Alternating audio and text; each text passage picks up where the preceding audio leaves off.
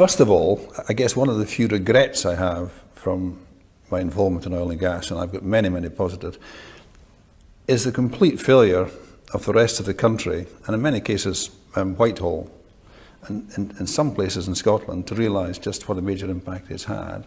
I mean, right now it's £40 billion per annum to our balance of payments.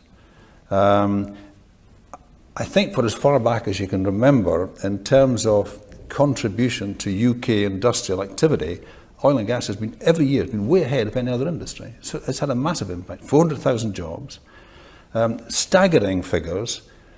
We've produced 41 billion barrels. If you look ahead, we could still produce another 25 billion barrels. Now at $100 a barrel, that's $2,500 billion. I mean, the figures are staggering. If we don't get it right, we'll produce about half that. And that's staggering. We could lose $1,250 billion of economic contribution to the UK. So the figures are huge. So what does that say? It says there's still a massive amount of contribution to come, huge prospects. And secondly, it says we really have to have government, UK government, focused on maximising recovery. In fact, focused on maximising what's still to come from the North Sea. So that's the key factor, is them recognising, and actually they are beginning to recognise that. There's been a step change in the last, I guess, year or so. And in a number of ways, there's now more focus on trying to understand how do we get the industry to invest in the next 5 to 10 years, because if we don't invest then, we'll lose the infrastructure. Billionaire businessman Sir Ian Wood spent half a century building up oil and gas firm the Wood Group. He is one of the industry's most senior figures who recently carried out a review of the North Sea's future for the UK government.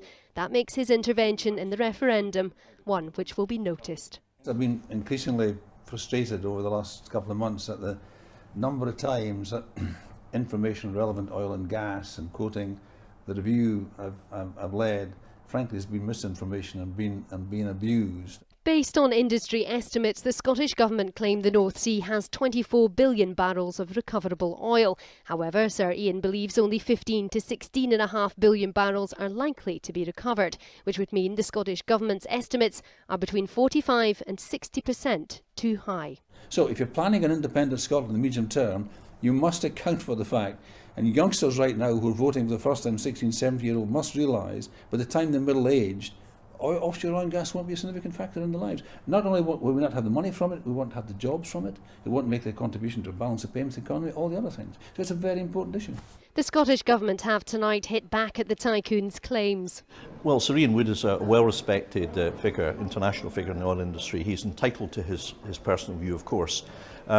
Sir Ian is absolutely right that over the next 30 years Scotland has an enormous opportunity, and his figures that he identifies are that opportunity can lead to the extraction of 15 to 16 billion barrels of oil. That means Scotland is an enormously lucky country.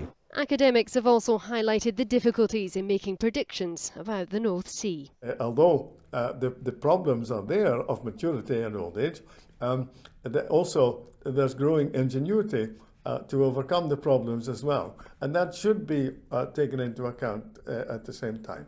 Sir Ian says he's not affiliated with either the Better Together or Yes campaigns. He says he's not being political, but his intervention will have political implications. Claire Stewart, STV News.